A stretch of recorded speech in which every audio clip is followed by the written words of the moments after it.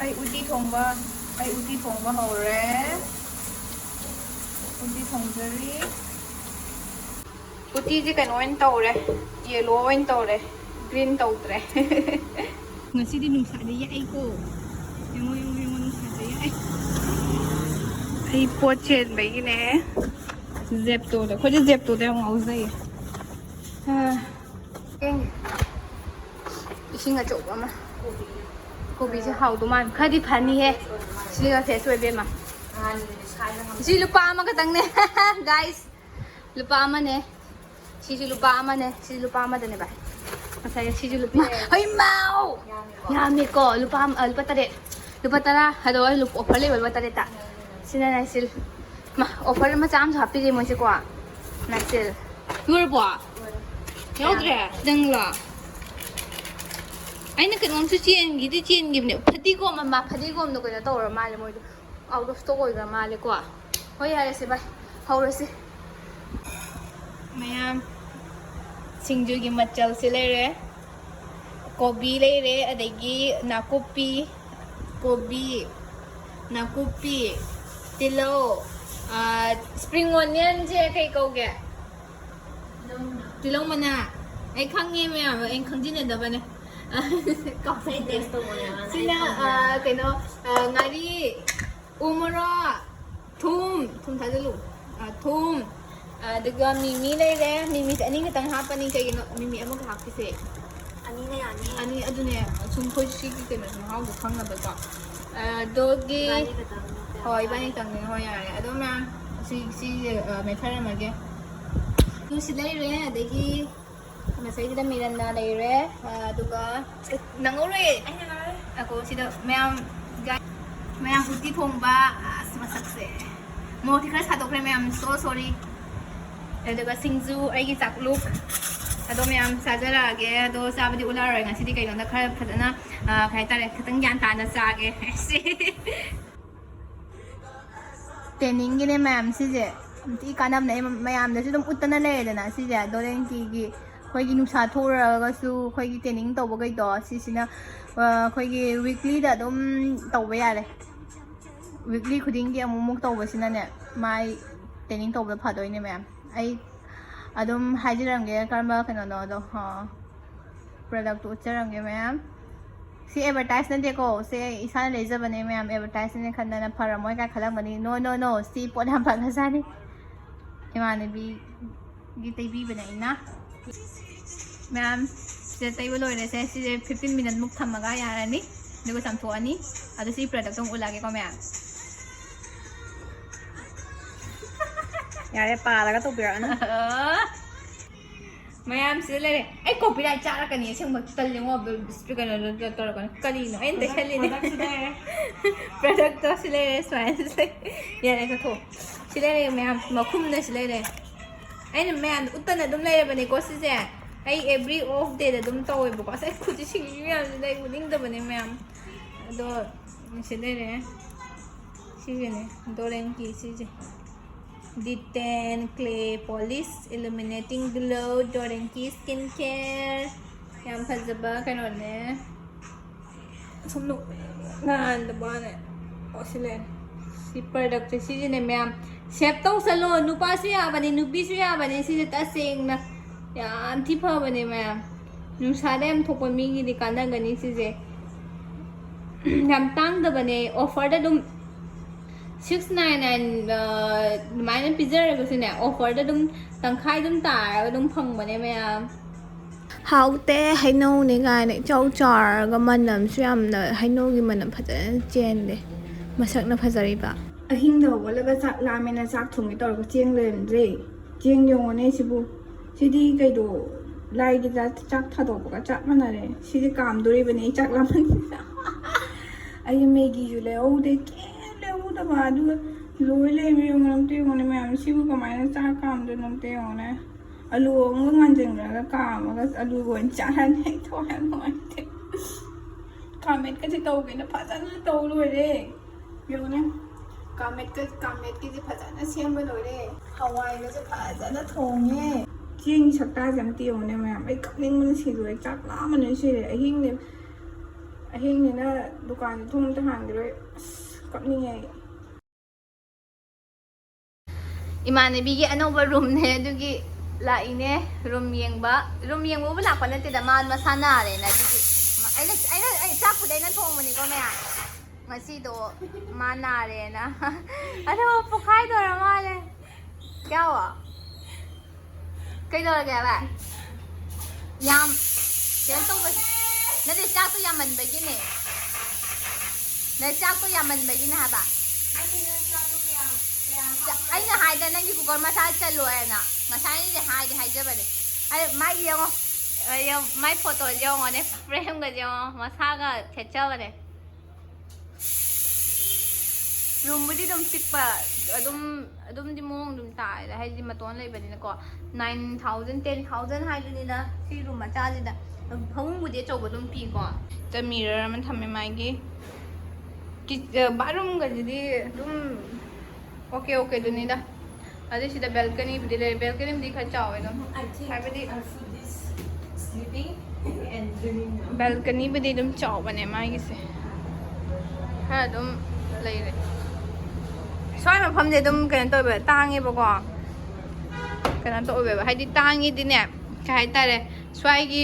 मफम जे room लोने तांगे बा फजागरा थिगरा दम तांगे बको अदे दुगा मैमु खदि मम्मा बेकअप दे तोरा ओहो वाशरूम जी तुम पिअगा पिक्तना गेसर दि हापे मोइजे को अदुम नि याइदा दम बाय तुम याइदा नंग मिरर तो मा मिरर दि सिदम दि ले मै थालो ओ मै केनो तो दिए मै पांदरा फरमनी नुंगाइब्रा आई जु मै हातबा माना दum नोकना दोइने दum चावबने चावबुदि नते मा मतोंगी बु याइदा केनो दि याउद्रो सॉरी याउद्रो याउदे पिक्ति पिहे याइदा कसु काने माजी काचिने चंगा इरुजदोइने बको याइदा दम किचन जी दम ओके ने सिदा खोइ केनो हापे रेक को सिदा इमानेबी अनि लेरे हाउ सिट फमया सिदा इमानेबी लेरे ममसे नाबैने सक्से याद्रे अमसिना नोरक पैने आइने थुयां खंगने मयाम और मासे रूम होंदा ngai बेगी केन तोइबको ऑर्डर से मा पांडे न ऑर्डर तौरे दो ऑर्डर से कनो तौरे ओक ने सिना कनो ने सिजे बाई कइनु सिबो आलू कांगो मी कइनु चौमिन म्यावई टाइप तौवे आलू यारे तेथोन अदुगा सिदा पकोड़ा को अदुगा सिदना सि ओक सिजु पोकली ने को अनि पोकली नि ओदा तौर बाय सिजु ओ हाइदि माइलो किचन लोक एम लोशन रिबे हाइबेदि हिंजाना पिकेम लेदि बे थोंबा यादा बे ऑर्डर तौरे चाक पुदि से थों इरोम याउदि बाय नंग हा नंग बुदि इरोम बम हाइगि बने मादे इरोम पिरक तबा गेम तौरे इरोम पिरक तब माले बाय सिजु कइनो इक्यान सुंदा तादे सिजु हांग तो यिंग दि यार हम तांग तरो वेना हा एक्सक्यूज मी ब्रदर से लेरे ओक थोंबदो सिदा ओक थोंबा लेरे सिदा pakora इजे ngasai da chowmin male ha do bujia cha chala koy male pakora ने पकोड़ा मैम पकोड़ा को चौक तो बयाव ले सिसिना केनो ममिंग दो आलू कांगो ने अदुगा मागी प्लेट ले रे इमानबी मंगी इमानबी की प्लेट सि बे आई उजी केनो टेंग कोन साइ माई प्लेट नि टेंग सुरम आई चा यम चा दे अदो मैम कोई चारगे सिजि केनो देगी चे मने को मैम कोई मणिपुर केनो कुजिन कोई की कई बा मणिपुरी केनो दो अखोई मणिपुरी रेस्टोरेंट दो थौलेम को बाखो मना के देख दो अदुदगी चेलिने मैम फ्रेश ने से फ्रेश सादा हुई फोंग साने थोंग पने हुई बॉक्स सारी अदो हुई चाबा होरगे कोई से दो चाबदि उलारगे मुबांग तो आई मी यावने नुवाइते को मोय में आंजै ने वीडियो न में ngai ले वाने जाबिरो इसिंग मा यारे सादा लगे मैं तीन बु योले बे अदो ज्ञान नम तादे मैम ऑर्डर लाए बको यम नाना लाए ना ऑर्डर लाए से यम नाना लाए ना इन्हें यम नाना हंगी बनी से कनोगे नाइट ड्रेस ने ना नाइट ड्रेस कनो तो विंटर समर ये है तारे ये कनो से को यम फजना हाको को बदेगी ने कनो तो रे बा cái nung sa su khang sa sang le as cái nôm tàu hay bảo nung sa khut sa gì as mà khut cái sinh đi ngang ngay smile cái parcel cái unboxing cái tàuจะkhut phật giờ đi à tại này asเอาไอ้กี่khut thi đấy phật giờ nó ta hàng cái tàu này ya đấy okay guys Clovia gini saya cek Clovia gini dum mamang dia soalnya dum ayam night dress ayam kena sih night dress ki night dress gumba adagi koi ki simis gumba senaba konaba mayam se manungi thanaba kena mayam se loina ayam Clovia dagi ngata season ay buka mayam dia so ayam ayna dum utpado review gumba tau bidana ko ado ayamba Clovia dagi ayamba ngakta ni bo ai di taseng na ai dress berry gi su chele do ai gi de ayamba na Clovia na khara quality se phai na ne ko kaina to ban hai tare ado mayam yam phajagadra khangde picture de yam phajagi bene kari do masak sibo aina pam bana jiji nan ba satin gi phira do pam ai si gi cotton je kya pam de bo ko ai di pam de di ta seng na ai di kano guma chun set le ba satin guma se nungai ba ko satin gi adu ko si na ai di cotton gi se kya litning dai ta le night dress guma je ayam bana gi satin nga ta ne ba ado ai di si satin orang ada na khan bane ado mayam bo kaino color je as kaino aina pam na cotton na timin bo se Clovia gi brand Clovia se price smile pi de ko what ne ai offer da ka ko ne packaging je February da sa bane anova launch to bane si se ko mamang na ina set ba design ne du ge na scan and win happy is my superpower moi is my na ai di moi inners wear nga ta phang po ne pra kanu gi hai ta le ko nupi gi nga ta kana ba ko bra brief sleep active suppers swim moi na phangi je sigumba nga ta ne ba ko mya fazana hang tora ke si color si budi kano ne moi is dark green color si budi dark green aina black malu ba ko adu print budi dum phajai print si di am thi phajai do aina size se extra small ka kimne size chum na di lakpi extra small ite na small ka ko moi je starting se ayam bana small de gi hoi ba ko sigum ba ja adu small jo ta le ngoda pura chaw ne do moi hinga se gyan ta re me am gan to wa aina ne si design de am coat le ne pam da bane do ado design se phadi phajare ba ko ado in black palm ba color je yang green no je ai green je am palm din me am khangi do ne ai ji green am palm da banu pi ne ba ai se hang bra room ga ji green ma chu a lawai ma chu ne ba khangau je charam dra ba loira ni khangau je yo ai gi size asa ba ji phangjadra bani do si dum yai da ko ado sang diam sangi sidi kai nom ne he mai jeng rang crocos leram dana crocos leram bana tai gi crocos si kui re ko le re je ado crocos le be je am matha am sai ta re du do na me mai se kai do no khang da na aina sigi chop se sigi lupa kun pi mole gi male kari no khang Thailand ma ro la kai no khang de si je lupa kun pi si da ado si je kan to bane si ja nang try to kai na ko ade I nga se me am kok phai ai nga je kok phai ka ra me ba ko ai kok phai ka me pho doi ne ba nu thoji bi krang la ga ha re ade yu ngang si da loi ai pon be loi thang to ko sai loi tham me ba se ai ke no wa ta ne apat pa lag ges nga ta ne se adu ga kai loi na thang to ga se loi na kan to re room se ko ai na ngang room se se nan hai de room je na ngang se ai ngang loi na seng toy room sing je ko loi na seng toy di loi thang toy upu de kai de loi thang toy du ga ina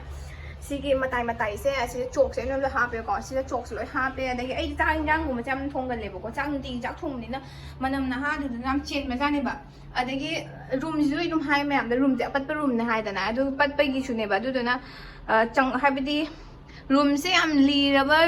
room oi be gi kai ta le akai ba gum ba adagi yong ko ma room jam na pat pa ne mo ko adigi sum se karak si da chang pa du gi ne ba mo pa hai ta le du nga ai si loi na chok se na loi yak chan ma ne ba ko nga chok pa loi yak chan le chok ma yi chan ba de gi nga je ma kha de da ai hu ji wa si to le ne ba ko na me am ni yeng han ge na ne yong hing ni jong ne leng ni jong pro ko jong to leng ni jong ngao ram ne mo di ko si je ai thai ne ko sa ra me ba ko ꯑꯗꯨꯒ ꯑꯩ ꯔꯨꯝꯁꯤꯗ ꯀ꯭ꯔꯣꯀꯣꯁ ꯃꯌꯥꯝꯁꯦ ꯁꯨꯃꯥꯏꯅ ꯎꯁꯜꯂꯛꯄꯗꯒꯤ ꯀ꯭ꯔꯣꯀꯣꯁ ꯆꯥꯔꯝꯕꯗꯣ ꯍꯧꯖꯤꯛ ꯇꯨꯀꯠꯆꯔꯦꯕꯀꯣ ꯑꯩ ꯀꯔꯤꯗꯧꯕꯒꯤ ꯆꯥꯔꯣꯏꯅꯣꯅ ꯈꯜꯂꯛꯑꯦꯕ ꯑꯗꯣ ꯑꯩꯅ ꯉꯔꯥꯡ ꯔꯨꯝꯁꯤꯁꯨꯀꯣ ꯑꯩ ꯃꯩ ꯊꯥꯜꯂꯒꯦ ꯃꯩ ꯃꯌꯥꯝ ꯕꯥꯠꯔꯨꯝꯒꯤ ꯃꯩ ꯍꯥꯞꯄꯦꯀꯣ ꯉꯍꯥꯟꯒꯤ ꯃꯩ ꯍꯥꯞꯇꯕꯗꯣ ꯍꯟꯗꯛꯇꯤ ꯍꯥꯞꯄꯦ ꯑꯩꯅ ꯉꯔꯥꯡ ꯆꯣꯛꯁꯤꯁꯨ ꯁꯤꯗ ꯂꯣꯏ ꯏꯁꯟꯕꯅꯦ ꯇꯣ ꯀ꯭ꯔꯣꯀꯣꯁ ꯌꯦꯡꯉꯣ ꯇꯣ ꯁꯨꯃꯥꯏꯅ ꯃꯅꯝ ꯅꯝꯕꯗꯤ ꯉꯥꯎꯔꯦ ꯇꯥꯈ꯭ꯔꯦꯕꯀꯣ ꯁꯦ ꯁꯤ ꯆꯣꯛꯁꯤ ꯃꯅꯝ ꯅꯝꯃ ꯉꯥꯎꯔ ꯇꯥꯈ꯭ꯔꯤꯅꯦꯕꯀോ ꯑꯩꯅ ꯆꯣꯛꯁꯤꯗ ꯂꯣꯏꯅ ꯌꯦꯠꯁꯟꯕꯅꯦꯕꯀോ ꯑꯗꯨꯗꯒꯤ ꯆꯣꯛꯁꯦ ꯑꯩꯅ ꯁ꯭ꯋꯥꯏꯗ ꯑꯗꯨꯝ ꯌꯦꯠꯁꯜꯂꯦꯕꯀꯣ ꯑꯗꯒꯤ ꯆꯣꯛꯁꯦ ꯑꯀꯣꯏꯕꯁꯤ ꯂꯣꯏ ꯌꯦꯠꯁꯜꯂꯒ ꯁꯤꯒꯤ ꯀꯥꯆꯤꯟꯁꯦ ꯁꯤꯒꯤ ꯀꯥꯆꯤꯟꯁꯤꯗꯁꯨ ꯑꯩꯅ ꯂꯣꯏꯅ ꯌꯦꯛꯁꯜꯂꯦꯕꯀꯣ ꯑꯁꯤ ꯀꯥꯟꯅꯕ꯭ꯔꯥꯅ ꯁꯨꯝ ꯌꯦꯡꯒꯦꯅ ꯂꯣꯏ ꯌꯦꯛꯁꯟꯕꯅꯦꯕ ꯃꯌꯥꯝ ꯑꯗꯒꯤꯀꯣ ꯑꯗꯒꯤ ꯁꯤꯒꯤ ꯃꯌꯥꯝ ꯑꯩ ꯁꯤꯒꯤ ꯁꯨꯃꯥꯏꯅ ꯃꯣꯠꯂꯤꯁꯦ ꯁꯦꯡꯇꯣꯛꯄ ꯌꯥꯗ꯭ꯔꯦꯕ ꯑꯩꯁꯨ ꯏꯁꯥ ꯈꯔ ꯌꯥꯝꯅ ꯏꯁꯥꯁꯦ ꯌꯥꯝ ꯀꯟꯗꯅ ꯈꯣꯠꯇꯅ ꯇꯧꯕ ꯅꯠꯇꯕꯅꯤꯅ ꯃꯨꯛꯄꯗꯣ ꯉꯝꯗꯦꯕꯀꯣ ꯁ꯭ꯋꯥꯏꯕꯨꯗꯤ ꯑꯩꯅ ꯈꯔꯗꯤ ꯉꯝꯃꯦ ꯑꯗꯨ ꯁꯤ ꯁꯨꯝ ꯁꯦꯡꯇꯣꯛꯑꯒꯗꯤ ꯑꯩ ꯊꯕꯛ ꯂꯩꯇꯕ ꯃꯤꯗꯣ ꯅꯠꯇꯕꯅꯤ나 ꯉꯝꯖꯗꯦꯕꯀꯣ ꯁꯤꯒꯤ ꯀꯂꯛꯁꯦ ꯁꯤꯒꯨꯝꯕꯁꯤꯗ ꯌꯥꯝꯅ ꯀ꯭ꯔꯣꯀꯣꯁ ꯌꯥꯝ ꯂꯩꯒꯜꯂꯤꯁꯦ ꯍꯥꯏꯇꯥꯔꯦ ꯑꯗꯣ ꯑꯩꯅ ꯑꯗꯨꯝ ꯉꯝꯅꯕꯗꯤ ꯑꯗꯨꯝ ꯁꯨꯃꯥꯏꯅ ꯇꯧꯔꯦ ꯑꯗꯨꯗꯨꯒ ꯃꯌꯥꯝ ꯃꯑꯣꯡ ꯌꯥꯝ ꯇꯥꯕ ꯑꯃꯒ ꯎꯠꯂꯛꯀꯦꯕꯀꯣ ꯃꯌꯥꯝ ꯀ꯭ꯔꯣꯀꯣꯁꯤꯗꯁꯨ ꯇꯥꯔꯦꯀꯣ ꯑꯩꯅ ꯉꯔꯥꯡ ꯌꯦꯡꯉꯣ ꯃꯌꯥꯝ ngarang crocroach ay na ngarang si ngarang chok tawraga ay ngarang do hidak chai bi ne bako hidak chai bi du ne crocroach matak tum tum yung hidak chai bi ne yung aje taraga puk taraga lay jang crocroach amus chalai se igna si numi yam khadi chang gi ni hai bako smaina hat pa je adagi ngarang ne phobung swai gi phobung yung ko ma'am yung si phobung si da su loi yeksali ne bako sigumba phobung gumba se yamna crocroach am kagal le hai bako hat ke masi ay ngarang de adom yam crocus me am je si wa si toraga crocus yam ge ha be je ai me am ulaki ai ngang phanan ju hat pa si dore bo ko room si di ula arge me am yam na thi e bo ko ado ai ngarang se si da hek ne crocus he da so sar ge hek to omam mane bo ai hujik pudi om dre ba ai na hujik pudi om dre na seng to khibe di ko adegi room je hong ba ya da ba hai tare ai je room si je ngang dak tai je na ken to be ne phomung si thamam mi de na ma'am phobung do sida thamam buli mami ta hawri ne bako ado ai hajara ke bako je white tasan belo re ko ado ula gi ko ma'am kyam lei ge ha bes ai gi kano je yong ko is ba dum hingi bako ma'am doi si bidi na te bako ai ka de gi room de gi tasalak paga balcony ga tasalak pagi matani si ge tasalaga ne suji ngasi ngarang katang hidak hapa matam da siremi ai ngarang se si katang na te ba ai ngarang ka je pura matham kha on thuku matam da phanam ju aina phanam ju hat khre bako ngarang khuding ma hinga ga chengi ge to jongo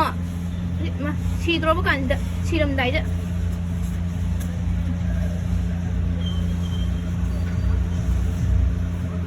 ado ma'am ai hai gi bako wari li gi se ma'am si je ai kan to ba si ngarang se aina ha le aina ngarang se katang hidak se ngarang katang nem si gi chok se te sali de at sing na imana pok pa de gi smaina crocroach se yamna mingon dam yet kani ha be se khang de ba su yamna mingon da awa ba pi gani ha be se ai ngasi ai te ta sing na khang de ba ko adu bo ai hantak ki matang se dai khang ye si gi crocroach lai khalai de summer de lai ba ho re ba summer de gum summer yam sarak ba ja si gi matang se de ne hele ba ko smaina crocroach am le ba se me adu yong ko si gi crocroach ai ha kan to re ko si ngarang katangi to ba ngarang katangi hidak aina chok tai buda si mak sirame si de yam dri bo si ri se hanam yam khini bo ko ngasi amu to bi de ni hidak ni ama chi li jong ngasi je mu kan to de ne ba ha be di po je ai gi wena ta seng ai gi po je si loi thame ko ai gi po ge si loi thame mapan da kai mapan da loi thame ai gi po sing je manung da po am da thamdre phawung ga keno ga phirong ga tang ne manung thami do kitchen ge ko item ga ai si loi thame ko si apat pa nga ta ne si inau pa na ne mai apat pa thama ma ga ai gi da pura sakra bane ado ai ngon da kem lai te ta seng ha ga di adu na po se ai swai da di thamara ge na ngarang se ai ngon da phadana awa ba pi bi de crocroach na ma'am crocroach ne ngon da phadana awa ba pi de ngarang se tumba yadre moi na hikta yet na khotana che ri jong ne moi di long tho ga di chen mangam de bo ko long tho ga lai ni ga di moi chen mangam de ba si ka na to ai bo ko summer joy bani na moi je amna nungai ra pa hai tare moi je hingjang thong ba ya de hingjang manam nam ba ya de moi hekta tanara ga chele ai gi nakta hai tare macha ju pok pa se amna thui hai tare moi crocroach se adu du na yamna wa ba se angoda phajana awa ba pi re hedi ngarang se phobung da su ka khalak pa ga yaure aspra roi bini go yam tina tu ka chaba hangoi ba ma pok pa doi sana mai na tawre adu de ngarang ngasi ta hidak to bani ado ai hayeng su mo hidak to gani moi gi se si khwai di bang chau chau dri po ne moi se marum kop pa da ngai ne bo ko ado marum ko ese je level si macani se ma ngoni hene pikpa level su lai do si ki koi pikpa je si mai ki koi pikpa ma sa ne bo ko सिदेगी हुजी मोजे को ngor ga tari bane ba hidak sa badugi sisina moje hingaroi sirani habani natte sirani habani natte moje hinga lagi duni adu duna moje mai thadok tuine ko me ngarang je hekta ko toy ba ngarang je kan lambi haidi ngarang ising kan to bodu da sigi je to bodu moje ngau da na hekta kan to re ba habidi ngau ra ga moje hekta ngau re ma kai noi ngarang de ki si do ram ai ngarang ko hat pa da me ko hat pa da me am ta seng na ije yam wara bane ba ko yung ngarang crocos hat pa da I thoe degi ngarang to asida iskeno ngarang yung to ngarang crocos hat pa da sida mu skin ko khre ko ta sengna to khut ka jeng loi re ba adegi ngarang sida mu adegi ngarang to sida mu ko thoe adegi khut je mu dry oire yadra bane khung ta sengna I yam sa ba gi su huji jong sa ga le ngarang ne hinga roen to ra me adegi mu sa ga le adegi ngarang mu sa ga le ngarang sa ga la pa degi kamai to ge da ngarang je sagalak padagi je korko se masing heng kalak padagi je ngarang malik ta hire ga room se kana to hen ke to bane adu bu aina khan bani sa nam to jarage da kai do do no hai dun ai je ko re ai sa nam to jarage na khale adu ga mayam ai room change to da bagi maram si doi hoin hai jarage sigi me an mai na thado ki na chadi ko do hin kala ani bu ko ado yengo hoji ai gi floor se yam na na le ai gi ka je yengo nan bi wa yam china ka je nunti wai si waram tau bani na ka si am nan bani ko ka si thi bagi dum thi ba man be wani room si di am nan bani mayam ko yam china nan bani room se yung lang trika lang bani ko mayam na thi ba comment yaw room dam na thi do da amot pi da hai do nangi na sakto si da yen ga su dum mingjin oni ying pi ani floor je kyamuk nan ke hai ba se ko mayam okay mayam video shoot tor mai ne bu ko Segi video se kano na sije fair lovely koi thai na season ba do adu dugi anoba packaging lak pa ne bo sije tina manam se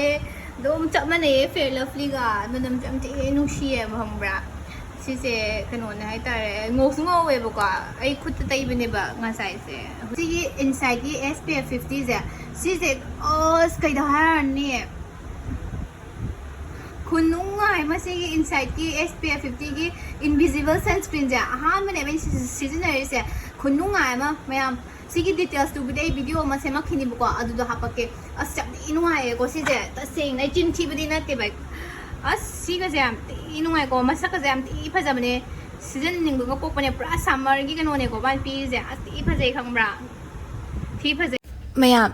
hai nang yam sagalak ma tam do adu ai allergy tor ai khut je khong khut loi po me ba ko smana morom tor ising ha le ba aina iru yam luza ba do hai di khumang yam soraga ha ka jaraga adum iru zaman bagi ising dum thengman bagi su smain tor ne ba mayam ai camera se yadre to yo ngau je camera yadra ba aina khale kai no mai mut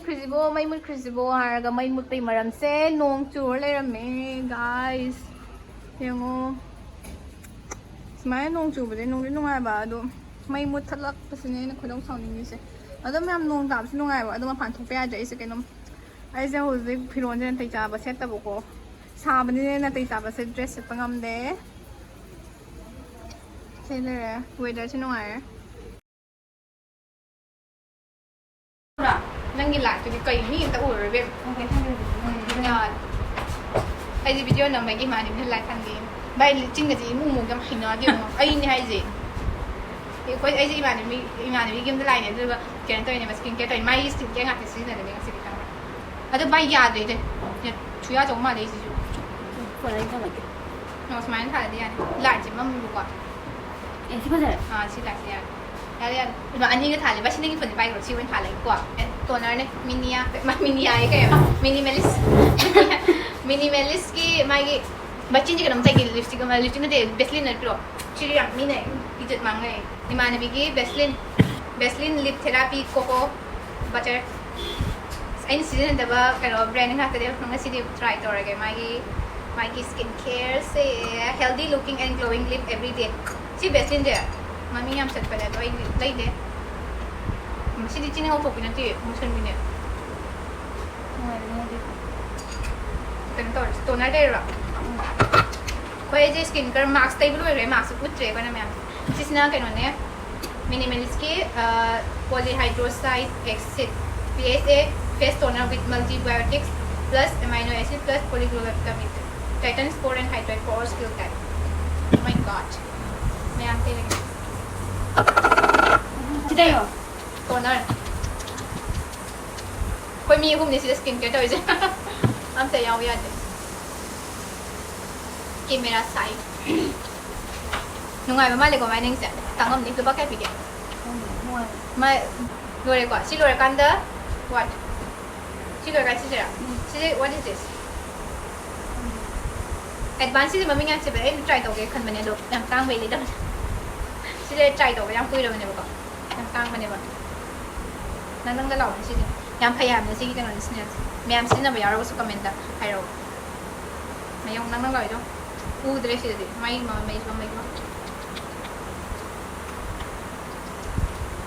ngoài bạn ngoài đây đi ngủ. mình này bữa trái xong mình sáng chinh phục beo bên này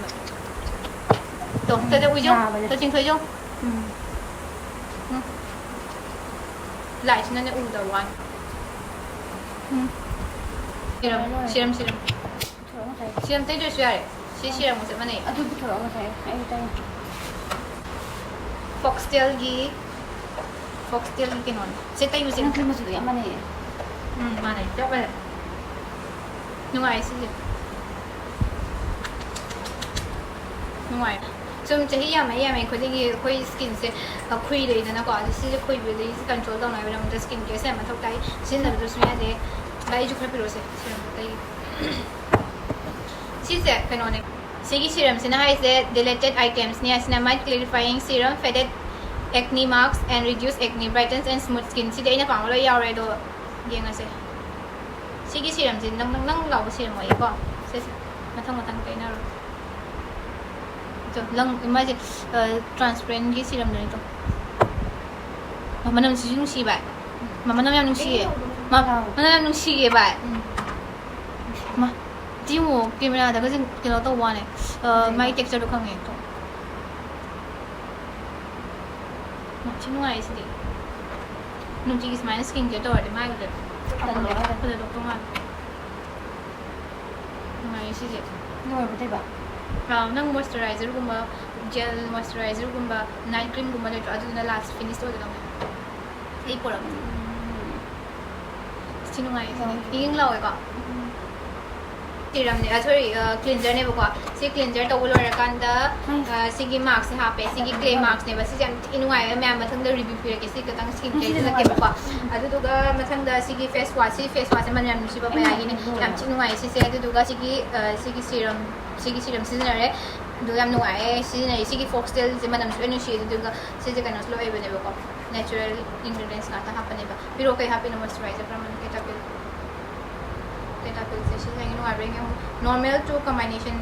Anh xin này. skin care to do na ba ni da ai na hang ga da ra Đây đi ngủ. put ta han te yang mana sa da di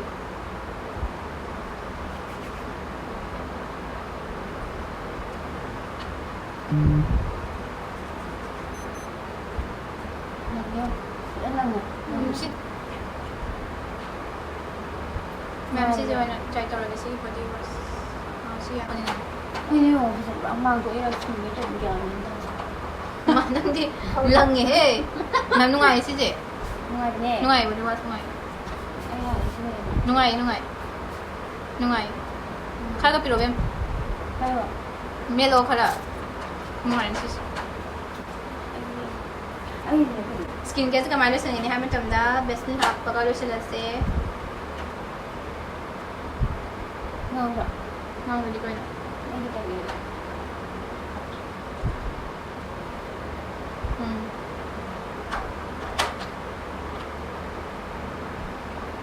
Kaya mo siya ba? Whiskey game nungay ba? Kung gusto mo ma'am si whiskey ma manu se advertise to gram ni si whiskey jam nungay kay no hamen tamda akoi chin se protect su to ya de gi chin chu mu ba se ai yo jam chanai mu ba se ngan thon du ba like ten stone bai tare du ga SPF 50 si oi ba du ga khong sem khong ba du ga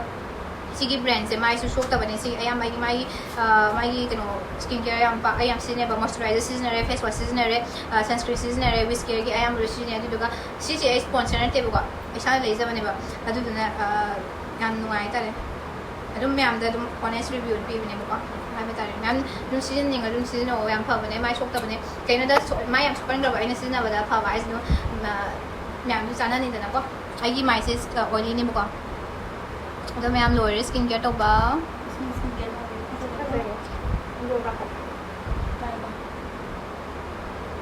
ꯑꯗꯣ ꯃꯌꯥꯝ ꯑꯩꯁꯦ skin care ꯂꯣꯏꯔꯦ ꯑꯗꯣ ꯃꯊꯪꯒꯤ ꯚꯤꯗꯤꯑꯣꯗꯗꯤꯅꯦ proper ꯚꯤꯗꯤꯑꯣꯁꯦ skin ꯀꯦꯌꯔꯒꯤ proper video ꯑꯣꯏꯅ ꯐꯖꯅ ꯅꯝꯃꯛꯑꯒꯦꯕꯀꯣ ꯑꯗꯣ ꯉꯁꯤꯒꯤꯗꯤ ꯑꯩꯁꯦ ꯏꯃꯥꯟꯅꯕꯤ ꯌꯨꯝꯗ ꯂꯥꯛꯑꯒ ꯁ꯭ꯀꯤꯟ ꯀꯦꯌꯔ ꯇꯧꯔꯤꯅꯦꯕꯀꯣ ꯇꯧꯃꯤꯟꯅꯔꯤꯅꯦ ꯉꯁꯥꯏꯗꯤ ꯃꯥꯛꯁꯀ ꯍꯥꯞꯄꯅ ꯈꯣꯠꯇꯅ ꯑꯗꯣ ꯃꯣꯏꯗꯤ ꯀꯦꯃꯦꯔꯥ ꯁꯥꯏ ꯑꯣꯏꯕꯅꯤꯅꯅꯦ ꯚꯤꯗꯤꯑꯣꯁꯦ ꯅꯝꯗꯕꯒꯤ ꯑꯩꯅ ꯀꯩꯅꯣ ꯇꯧꯕꯅꯦꯕꯀꯣ ꯍꯥꯏꯕꯗꯤ ꯃꯣꯏꯗꯣ ꯚꯤꯗꯤꯑꯣꯗ ꯌꯥꯎꯅꯤꯡꯗꯕ ꯍꯥꯏꯇꯥꯔꯦ ꯑꯗꯨꯗꯨꯅ ꯑꯩꯁꯦ ꯅꯝꯗꯕꯅꯦ ꯑꯗꯣ ꯑꯩ ꯁ꯭ꯀꯤꯟ ꯀꯦꯌꯔꯁꯨ ꯂꯣꯏꯔꯕꯅꯤꯅ ꯚꯤꯗꯤꯑꯣꯁꯦ ꯂꯣꯏꯁꯤꯜꯂꯒꯦ ꯃꯌꯥꯝ ꯑꯗꯣ ꯃꯌꯥꯝ ꯂꯣꯏꯕ ꯐꯥꯎꯕ ꯌꯦꯡꯕꯤꯗꯃꯛꯇ ꯃꯌꯥꯝ ꯍꯥꯏꯅꯤꯡꯉꯥꯏ ꯊꯥꯒꯠꯆꯔꯤ ꯅꯦꯛꯁ ꯚꯤꯗꯤꯑꯣꯗ ꯑꯃꯨꯛ ꯊꯦꯡꯅꯔꯁꯦ ꯕꯥꯏ ꯕꯥꯏ